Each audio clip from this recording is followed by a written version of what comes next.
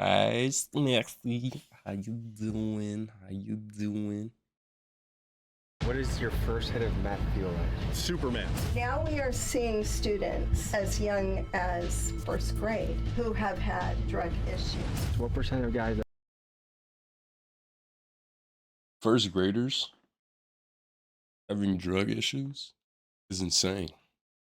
That means that the parents give no fuck. The parents have no care in the world if their kids have drug problems.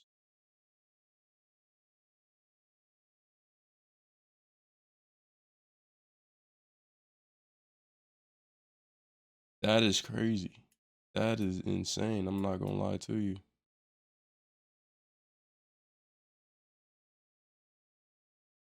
What's the word, Lamont? How you feeling, gangster? are slang you think waste their I just assume everybody.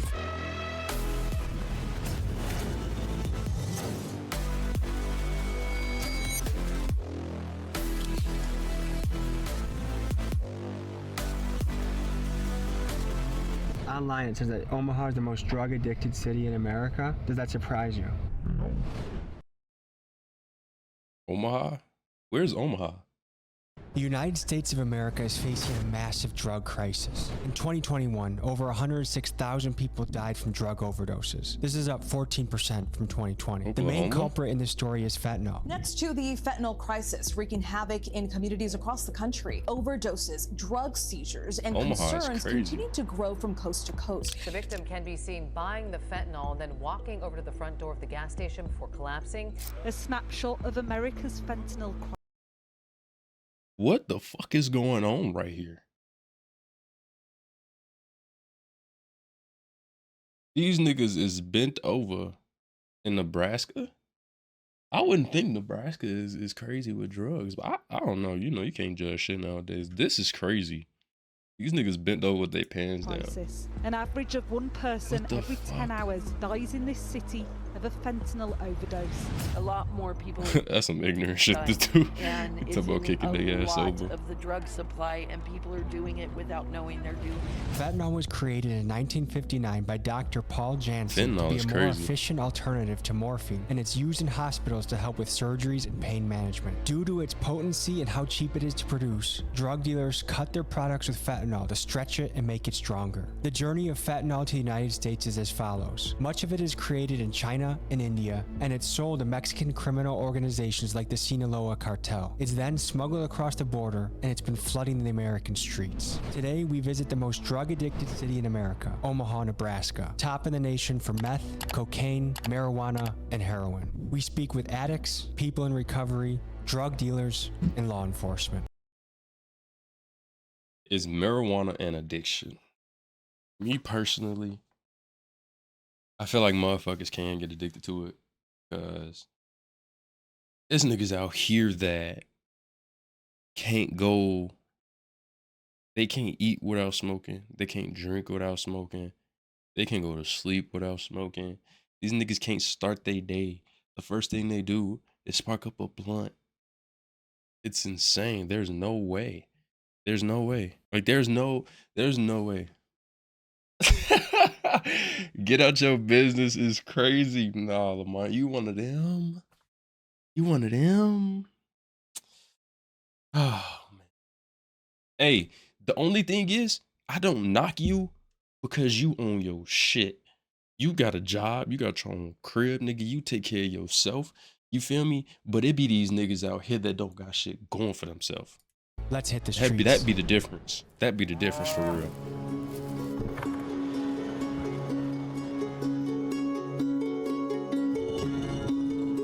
First, we stop at University of Nebraska, Omaha to speak with Coalition RX, a nonprofit dedicated to reducing drug use. Ladies and gentlemen, Carrie. It's nice to meet you. Nice to meet you too. That's good though, being able to go a couple days without it, because I like getting high too, but I don't like getting high too much, bro. Big pharma on the streets. Takes away from life for me. Mainly fentanyl. And the bad thing about fentanyl is just little grams to kill you. If you look at a drug dealer like a business operation, what's in it for them to lace things with fentanyl? It's cheap, and it gives you a good kick of high. It's one of the most dangerous drugs we've ever seen. How is fentanyl getting into this country? If y'all could, would y'all like?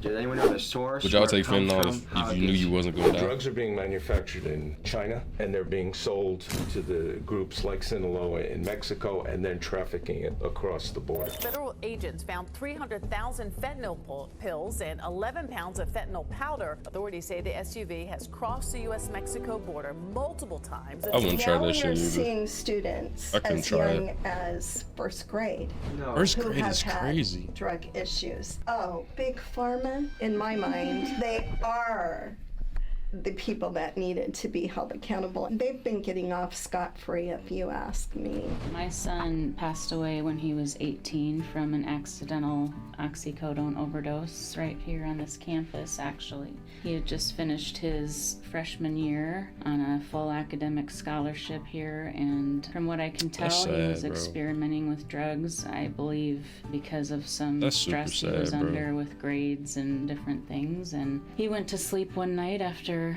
getting some oxycodone from another student, and he didn't wake up that morning. If we meet a drug dealer today that bolsters his business with fentanyl, what would be your message to that drug dealer? What would you like to say to him? Well, I want them to think about their own child or their niece or nephew or the kid next door. Would they want that kid's life to end because of what they're doing to make a buck?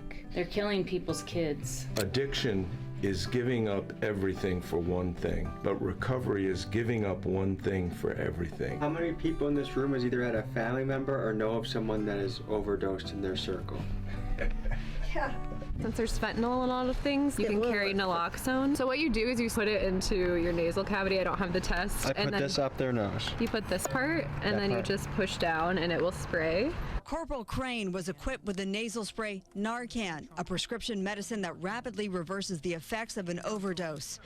Test. I put this up their nose. You put this part, and then you just push down, and it will spray. Corporal Crane was equipped with the nasal spray Narcan, a prescription medicine that rapidly reverses the effects of an overdose. Thanks, you guys. Take care. Next, we head to I want to see more about that. What was that? I can want to give see us more about insights it. on how narcotics are moving through this area.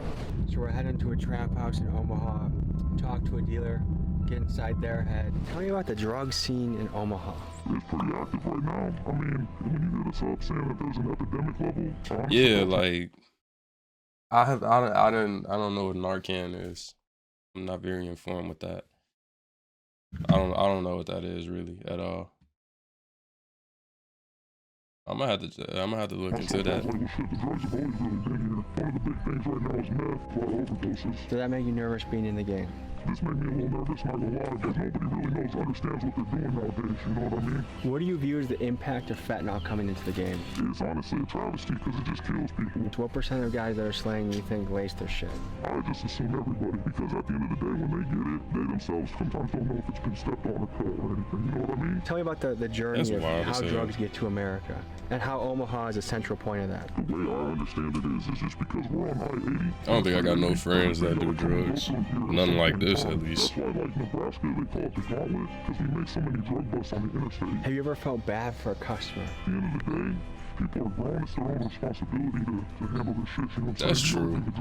That's super true. Whatever it is you do. What made you decide to get into the game? I did it out of necessity, like out of survival. Because I lost my job, a lot of different things were going on. I got in trouble with the law, and I was just trying to figure myself out. And what kind of things went down in this house that we're at? This place, man, everything used to go down here. Literally everything. Meth, coke, crack, weed, everything. Like, I got See, I ain't know people was doing that, you feel me? I ain't know people was doing the, you know, I assume drug addicts, bro. I ain't gonna lie. I just assume they taking the drugs to just be high as hell, but I don't be knowing that a lot of drug heads like that be wanting to. I ain't gonna lie, bro. If I got to the point where I'm taking drugs like that, bro, my goal is for that shit to take me out. Just keeping it a buck. That shit. My goal is for that shit to take me out the game. In 2019, I went away before it ever even got rated. What was your childhood like? It was pretty regular. Yeah. Do your parents know what you've been up to? Do they know everything? No, but my mom, I love my mom, so she has an idea. Does it surprise you to hear that Omaha is the most drug-addicted city in the country?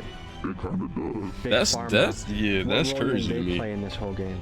I think they play a big role in it because a lot of the stuff that people are exposed to wasn't around before them. If you came face to face with a mother of someone that had died from drug overdose, what would you say to her? Sorry for your loss. I mean, the person makes their own choice at the end of the day. Nobody forced them to do that. I feel sorry for them. Is there like a code on the streets, like most dealers won't deal to kids, or do you know of any guys that'll sell to a 5th grader or a 6th grader? I think if anybody got the money, anybody will serve it. I'm gonna be honest with you. If you could retire from this profession. That's some sick shit, bro. Like, niggas ain't got no morals and they don't give a fuck about kids.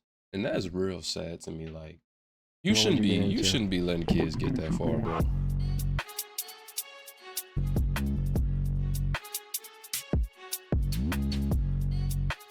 Next, we head to a part of Omaha bro. where drug addicts and homeless people are living in tents on the street to get their story and hear what their life is like. Omaha is known as the most drug-addicted city in America. It is. I'm with the outreach program. I'm a psychologist. Fentanyl is the worst thing in the world. They used it when they put you under to do surgery. They quit using it when it disappeared off the docks. It went to Mexico. It comes back to the United States. They stomp on it. What stomping means, they mix it with other things. Young cats like you get it. What can you tell us about life here? Difficult, hot, resources are slim. Do you survive out here all day? Yeah, I'm here 24/7. What gets someone to a point live in that tent? They're willing to be outside a tent in 90-degree heat? To get away. Sometimes it's better to be out here than it is to be in an abusive situation. And guess what? It can happen to you guys too. What's the drug that's running through Omaha right now? Meth, crack, there's some cocaine and weed. Pretty much anything you want to find is pretty much everywhere. Right here. I got out of the situation that I was in and ran out of funds, so I got stuck here until I can get enough funds up to be able to get into a place. People aren't bad. They've had a bad situation, but sometimes the system doesn't allow that. What could the system change, or what could be better about the system? Other psychologists, psychiatrists, outreach programs, hospitals where they can take their medication, etc., etc. They can live a normal life. Oh, me personally, I ain't gonna lie. I don't think it's shit they can save junkies for real. I can't get my fucking ID. You could say one at a time, but they keep talking about they care about the people you can't. that they don't want you to put your tents up nowhere. Why the fuck we you can't save everybody. Tents up nowhere, and y'all not trying to help us? I had suspicions about this guy, so I called the Sienna Francis house to see if he worked there. They said he was not a psychiatrist on staff. He was a patient. Today we meet John, a former addict helping other people on the path to recovery outside the Sienna Francis house, which is a place leading the charge in helping the homeless, but also one of the highly concentrated areas of drug addicts in the city. It's a sketchy place that plays a central role in this story. The most drug-addicted city in America is arguably Omaha, Nebraska. Does that surprise you to hear? That's the first time I've heard that. I know it's bad here, the fentanyl epidemic, the opioid crisis. I know it's known for the methamphetamine use, but yeah, it's getting worse and worse. So I've got a for-profit counseling agency, Halo Counseling Center. I've been doing that for about the last 8 years, started that in 2015. So we do a lot of work with like the criminal justice system. Most of our referrals come from probations, drug courts, veterans courts, things like that. It's insane. I mean, our business just continues to grow. I started off with just me, myself, and I, and now we're up to 8 counselors, 5 offices, and we still can't keep up. What got you into this? So I got my own history. In 2006, I was out on the streets smoking meth. I was involved in a raid September 11, 2006, and was arrested, charged with conspiracy to distribute 500 grams of meth. So I was just with the guy that was doing it, basically. I was his right-hand man. So that's where it started for me, where my sobriety got started was so he was doing it in used to be a lot of tents out here, and if we end up walking down farther that way, you'll see a lot of tents and everything where the people choose not to go into the shelter. You know, they're either not ready yet or it's just not for them. How did you become sober? I got arrested, which is my sober date, August 26th of 2020, and arrested for methamphetamine. I went to jail for 6 months, and I've been battling drug addiction for probably the last 10 years. And so I was arrested, sat in jail for 6 months. I came over here.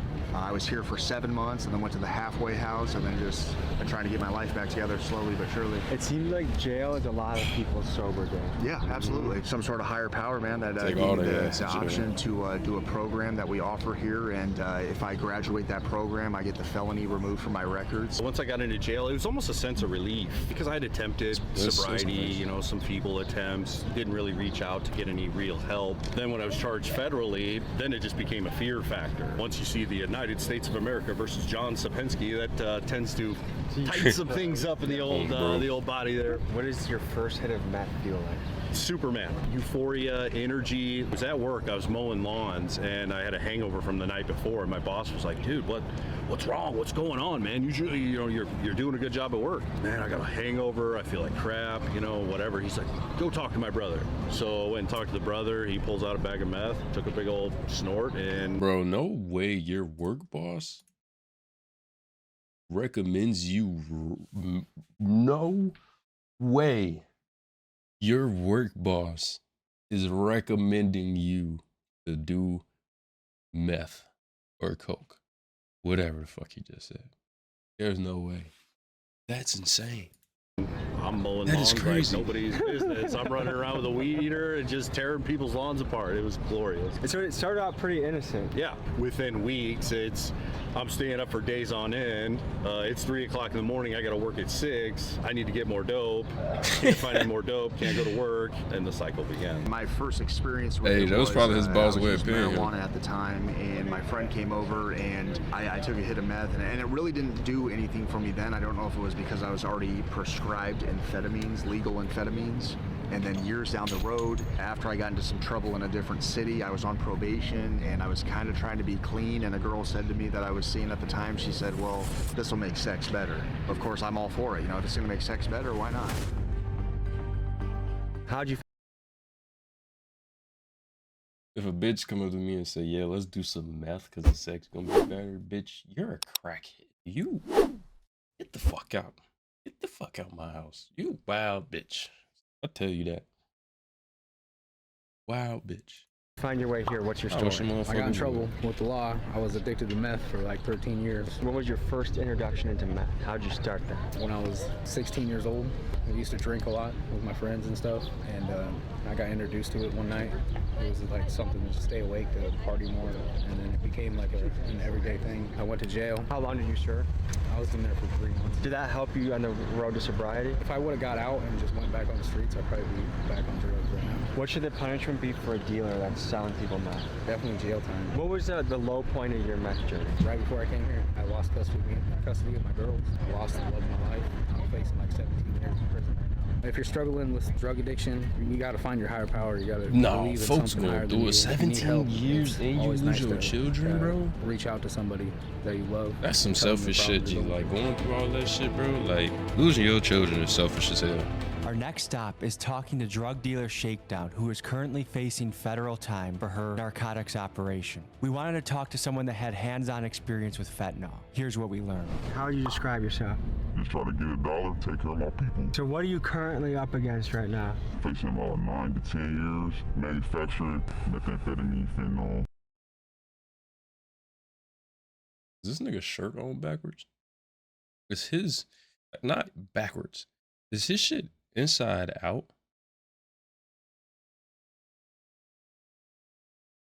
This nigga's jacket is inside out. Cocaine. I spent 5 years already in prison. You know what I mean? This is federal time, so it's gonna be different. Come on, Teddy, you said it for sure. Case, or what is what are you looking at? Oh, bro. I think so. It's nothing that's gonna stop me from going to prison for some time. I ain't started, really hustling, like selling narcotics and whatnot until 3 years ago, 4 years ago. Before that, I was handling it, like robbing people, going to people's cars, going to people's houses, doing what I could to just stay afloat. I was introduced to selling drugs, and I was like, damn, I ain't gotta beat nobody up no more. I ain't gotta do all this. You know what I mean? I ain't gotta do all this, put my life at risk, put your life at risk. You know what I mean? You put people through that, you put people's kids through that. Have you ever felt bad? I ain't gonna lie, what's the point of hiding their identity if, like, motherfuckers already going to jail? Like, nigga, you ain't got nothing to lose? I was like, if I'm gonna lose somebody, y'all gonna lose somebody. I kind of, like, numbed up after a while, like. What are the drugs that are going through Omaha right now? Like, what are the biggest drugs that people are selling? Fentanyl, super heavy right now. They don't even want heroin no more. Fentanyl is synthetic heroin. That's what they going for. They want that shit immediately. What was your childhood like? That shit crazy.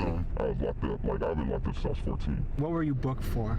Distributing and conspiring to confederate methamphetamine, fentanyl, and cocaine over 400, but less than 700 grams. How much money does all that cost? That'd be like 50,000. And then what do you flip that into? You get 50,000 straight up, and you ain't front people, you gonna flip that to 150,000 easy. The first hit of fentanyl, what is that like? If you are constantly a person that deals with trauma and traumatic situations, it's gone for a minute, you know what I mean? Do you think most drug users and even drug sellers are running away from trauma, and drugs are kind of the way to like patch up the pain?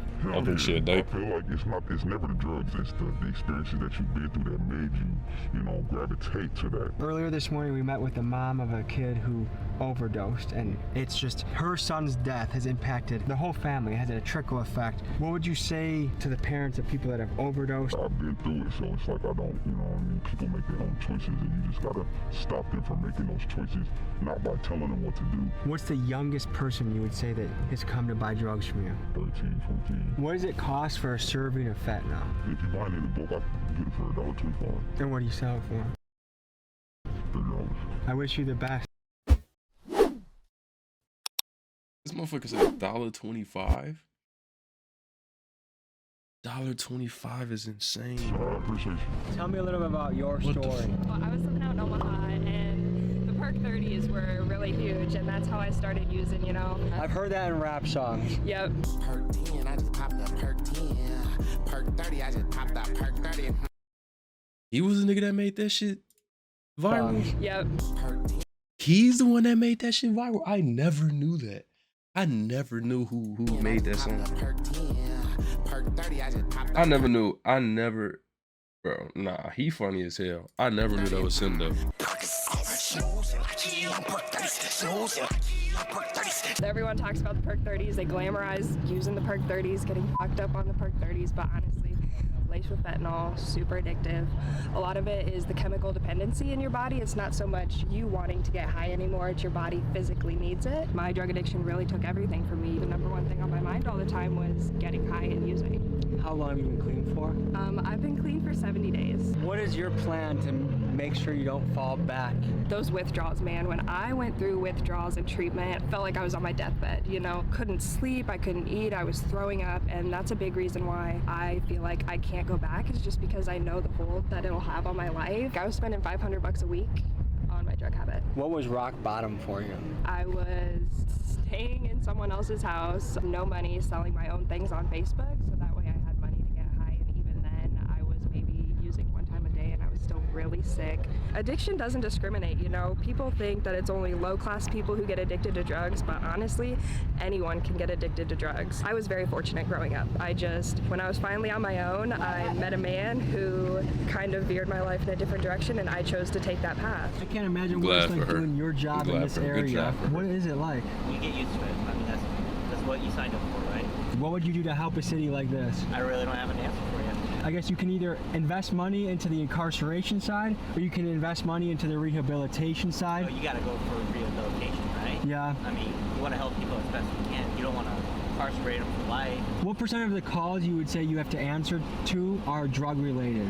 Probably more than half. We appreciate what you're doing, and thank you. Yeah, you all take care, all right?